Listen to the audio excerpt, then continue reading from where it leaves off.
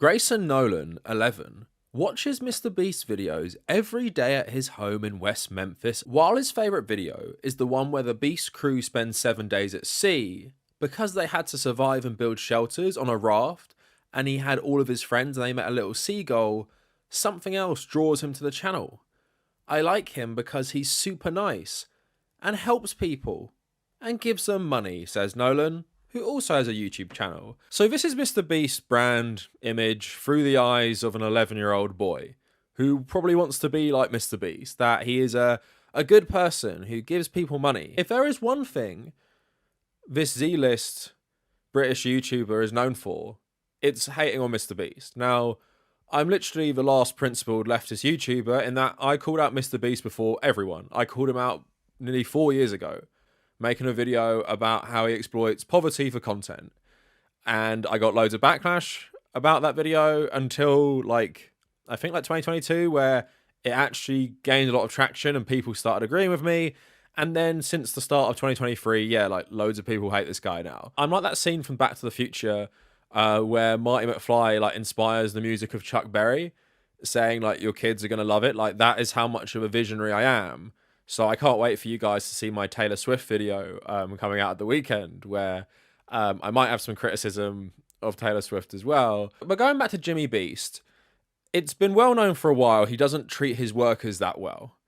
But a lot of the internet came to his defense when previous editors came out and said, doesn't pay us well, doesn't treat us well, saying it's just an editor who's been scorned and is looking for clout. Well, we're putting that to rest now because a new Time profile on Mr. Beast, one of these big puff pieces, actually did some digging and found out that, Mr. Beast doesn't treat his work as well. And you're probably going to be pretty staggered about how seemingly very dangerous it is to work on a Mr. Beast YouTube video because they don't take safety precautions, even when using trains and explosives. So in Mr. Beast's pursuit of being the most wholesome Keanu guy of all time, he just, treats his workers terribly and doesn't put proper safety protocols in. Is he just another greedy capitalist YouTuber who is making money off the backs of others' labor? I mean, in my opinion, that's always been the case. I think it's pretty indisputable that at least plays a part in it. And also, don't worry, if you thought there was somewhere to complain to HR, which traditionally operates as an arm of defense for the company, well, don't worry, that's pretty much run by his mother. So you're going to get a nice insight into the world of Jimmy Beast here. And my attempts to cancel Beast so far haven't worked as well as I thought, although I think I've changed the conversation for some people. These days, you can even show your tax folder on a live stream and people will still defend you. So I guess no one can get cancelled these days. But all of that coming up for you today. And what we're going to do is just go through the article and I'll give you my thoughts. Now, just to outline basically my history of Mr. Beast a bit more, I've made a lot of videos talking about him in terms of his content generally. I have made a few videos talking about his workers, but not really because that's not as public information. So basically with my previous critiques of Beastie Boy, I just analysed how he exploited poverty for content, going to rural African villages, using his food banks for these very, very, I'd say not very tasteful videos where he talks to some of the people who need the food, and I think it comes across as very exploitative. And obviously he got a lot of pushback for stuff helping people with eye surgery and these weird AI thumbnails, which don't resemble anything that's actually in the video. And I guess the main thing for a lot of people, and especially for me, is, he's obviously a horrible symptom of our capitalist system that he even exists in the first place, making fame and clout and money off doing these weird charity stunts, which obviously can only happen because the system is fundamentally broken. But also just, is this guy sincere? Now, if you're helping Elon Musk's Fash platform by posting your videos on it and then letting him spread it around as an undisclosed ad, then I don't really think very highly of you. And you'll probably see this in the article as well, because it comes through a bit more, that he said before, I want to inspire children to do good stuff with my videos. And I always think when watching his videos, what are you inspiring? I grew up watching content just like Mr. Beast because it was white celebrity goes to Africa and does charity. Like, what does that inspire? You know, I don't think Mr. Beast inspires anyone to do good. Just stupid kids who are like, oh yeah, he's good because he gives people money. Because they're kids, and that's how they understand what's good in the world, right? Hopefully when they get older, like that Nolan guy at the start, they realize that, yeah, giving homeless people $10,000 and filming it probably isn't the height of morality. So I'm going to get into this article by Time now, and I recommend you guys all go read it because it's a lot longer than this. I think there's a video documentary to go with it, and it's by Belinda Luscombe, In the Belly of Mr. Beast. I like that title. And I'm just going to read you a bit of it before we get to the worker exploitation. So most social media influencers reach a certain level and burn out, or run out of money or ideas. Jimmy Donaldson, who has been on YouTube for 12 years, has grown his channel almost exclusively on wholesome fare. Ask him how he thinks he got so successful, and he has a simple answer. He just works harder than anyone else. It's a never-ending treadmill for the content, obviously. It's brutal, you're always on, and it's a lot of pressure. And this whole system is based around 200 million people just magically showing up and watching my next video. So yeah, it's Mr. Beast working harder than everyone else. It's, you know, no one who works with him, not his camera guy, not the people who edits the videos, not the people who design the thumbnails. It's Mr. Beast. You know, he works harder than anyone else. And by the way, I don't think he doesn't work like hard, whatever that looks like for a millionaire YouTuber. I'm sure he's heavily involved in everything. He seems like, you know, a perfectionist with his content. But yeah, you're probably starting to see already that he doesn't view his success as a result of others, even though his whole channel has always been a collaborative effort. Someone like Chris Tyson has been on Mr. Beast videos for years and years and years. So it wasn't Chris or any of your friends who helped you, it was just you. I'm so surprised the work environment is toxic. Donaldson is not your usual entrepreneur. For one, he's happy to talk about how much revenue he brings in, about $600 to $700 million a year, which is absolutely insane. He claims not to be rich. Not right now. I'm not naive, maybe one day, but right now, whatever we make, we reinvest. He spends lavishly on every video, sometimes shooting as much as 12,000 hours of footage for a 15-minute clip. Each video does a couple million in ad revenue and a couple million in brand deals. I've reinvested everything to the point of you could claim stupidity, just believing we would succeed, and it's worked out. So, do I believe that he's not a rich man? Do I believe he hasn't given himself a couple mil off that 700 million? Like, come on, man. Like, seriously? Like, if you seriously are sticking that all back into your YouTube channel, maybe you're not generationally wealthy yet, but to claim that your YouTube success is just because of you and you're not rich, like, this guy lives in a fantasy land, and of course he does. He started doing this when he was like 17. He has no semblance of what it is to be normal. If you don't think you're rich when your YouTube channel makes $700 million in a year, you're just insanely delusional. So now let's get into the start of the coverage about worker exploitation. Being different cuts both ways. Time spoke to a dozen former Mr. Beast employees, and while all admired Donaldson and his vision, they found the company's attention to detail slipped when it came to adhering to safety norms or maintaining a healthy work culture. Many had signed NDAs and would not go on record for fear of angering a powerful company, which is a good sign, but several producers mentioned pushback around hiring experts for stunts. They'd always ask us, well, why, says Troy Guthrie, who believes he was let go from Mr. Beast because he kept agitating for safety. Guthrie worked on a global athletics contestant video where a few contestants were injured, and he was distressed at the construction of the sets. After the shoot, as the friends of friends were cleaning up, he says one of the huge doors contestants had to run between blew over. A Mr. Beast spokesperson said the company has never let anyone go for asking about safety. On-set medics promptly addressed any injuries that arose during filming, and a safety cord kept the door secured when it came off its track. But don't worry, gets better. Scott Brown, a creative producer who worked for Mr. Beast from March 2023 to August 23, says that in order to move fast at Mr. Beast, they view safety as like being overly cautious or a weakness. He helped produce the Train vs. Giant Pit video and believed the safety procedures were insufficient. When he suggested using OSHA protocols for the pit's considerable drop, I was told we don't need to worry about that, he says. Other producers say they were asked to work with explosives, fast cars and heavy machinery with little training and on very little notice. Let's just say, as an 18-year-old, says Jay Neo, who moved to Greenville from the UK to help with the creative team, it felt weird to be writing on the board days without an accident that needed to be updated every day. A spokesperson for MrBeast did not respond to an inquiry about the board, but said safety is incredibly important and taken very seriously. Experienced professionals tailored to the needs of the production are on every set. The company is OSHA compliant. Well, this lack of safety, of course, has been a recipe for success in that MrBeast has become incredibly wealthy, famous, biggest YouTuber on the platform. But yeah, would you like to work on a set which is run by 18 to 22-year-olds driving really fast cars very fast and blowing stuff up? Do you think that is a good environment to work in?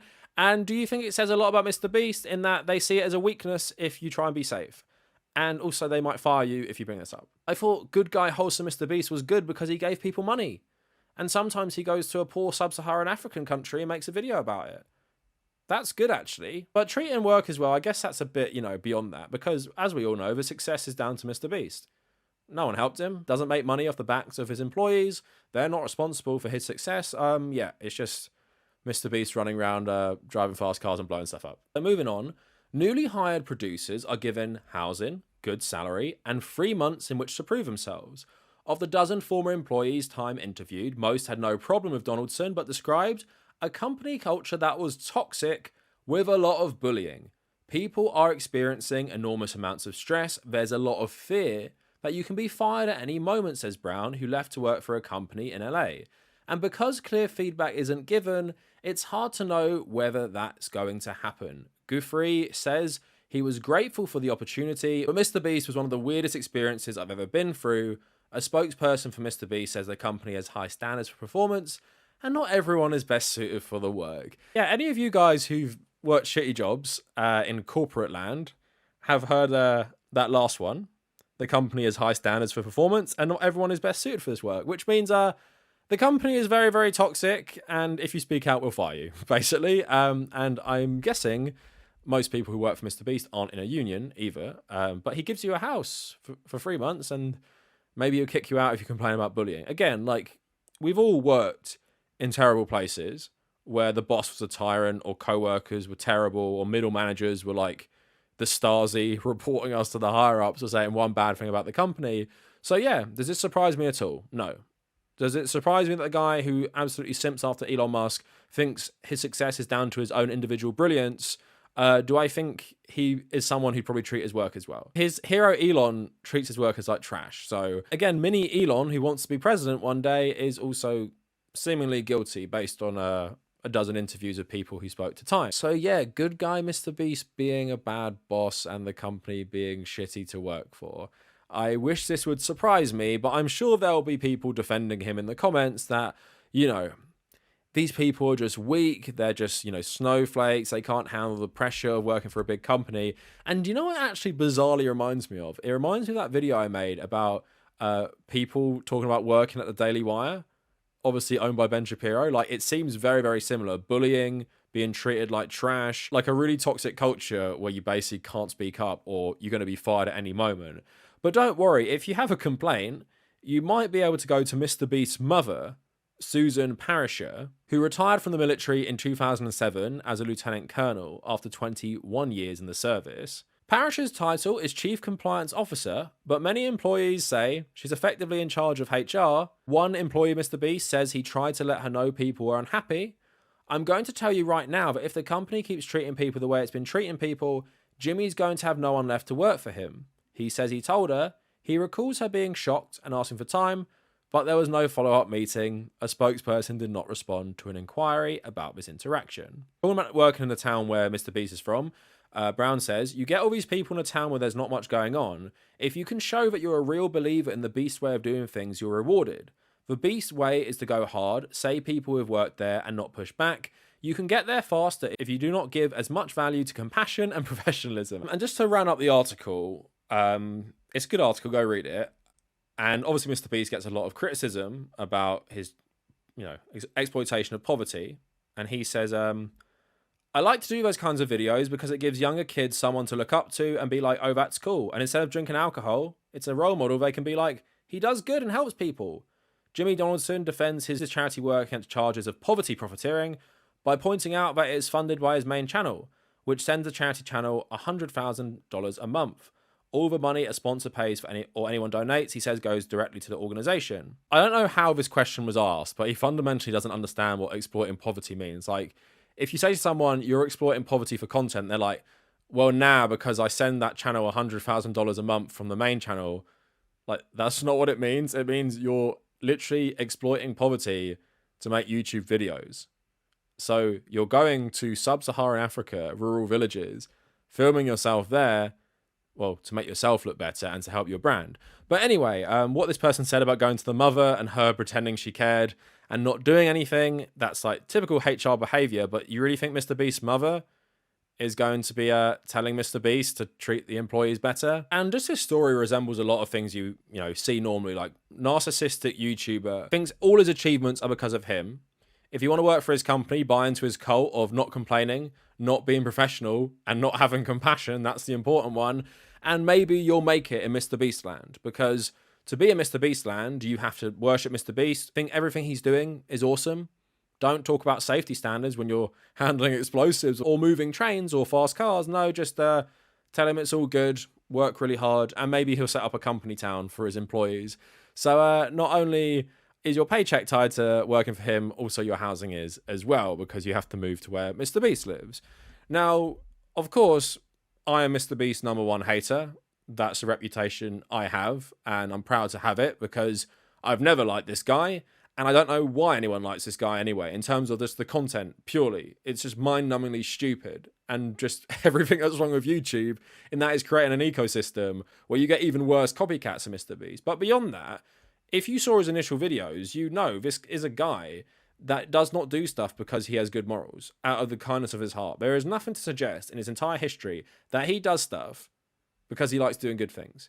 He does stuff because it's a brand. And you should always be skeptical of rich people who use stuff to sanitize their image, right? So in my original video, nearly 4 years ago, I point out here, this guy wins a game show for Mr. Beast, and then for some reason or another, he goes to the guy's house and starts saying, well, where you live's a shithole, so I'm glad you won the $1 million. 2001 Toyota Camry. I bought it like that. Oh, dang. How much did you buy it for? $600. So the current house we were just in, which is smaller than the one you just bought, you actually split it in half with another family. Yes. That's crazy. That's crazy. That's crazy. Technically, anybody could use $1 million, but it's clear that this is really going to change your life and help you out in a positive way. And I'm glad we could do that for you, man. Now we're going to take you to Mark's house and just show you where he lives. So this is where you currently live? Yeah. This is my room. You know, this is where me, my wife sleep. You see, it ain't no room at all. Like, You can't even open the door all the way. right. This is my little cousin's room. Your little cousin sleeps on an air mattress? Yeah, and he popped it, so it's flat. Your cousin is sleeping on an air mattress that's like has a hole in it, so he's sleeping on the floor. Can I just say, I'm super glad you won the $1 million. I really am. Thank the you. more you show us around, the more you show us around, the more you show us around, the more I'm like, thank God you won the $1 million. Like, what purpose does this serve in this video? Like, seriously, can someone explain to me what purpose this serves beyond, oh, aren't I good for giving you money? Only through the power of Mr. Beast could you get yourself out of poverty. And again, like I said in that video, this guy won a game show which had multiple rounds. Like, he didn't get a donation from Mr. Beast, so even that framing is absolutely bizarre, that, like, this guy, like, you did him a favor. He won something. He beat other people. You didn't do him a favor because he won your stupid contest. And we go from that and we go through the years doing crypto pump and dumps, all this stupid stuff of Team C's and Team Trees. This guy cares about his image above all else. $700 million in a year. You're telling me this guy wants what's good for the rest of us? Like, are you seriously telling me a guy who runs a food bank and does charity work but treats his employees like absolute shit is someone who cares about humanity and cares about people? Give me a break, please. I know all your favorite YouTubers are too scared to actually call out Mr. Beast even now, but seriously, come on. If you're still defending this guy, you literally have a mind of a child, and you are the 11-year-old I quoted at the start. Like, that's how you view the world. Baby-brained. Baby-brained. He gives money, therefore good. That is literally your worldview, and it's fucking stupid. Mr. Beast is cancelled again. Will it stick this time? Highly doubt it. Anyway, that's it for the video. Let me know what you guys think down in the comments. And if you made it this far, thank you for watching.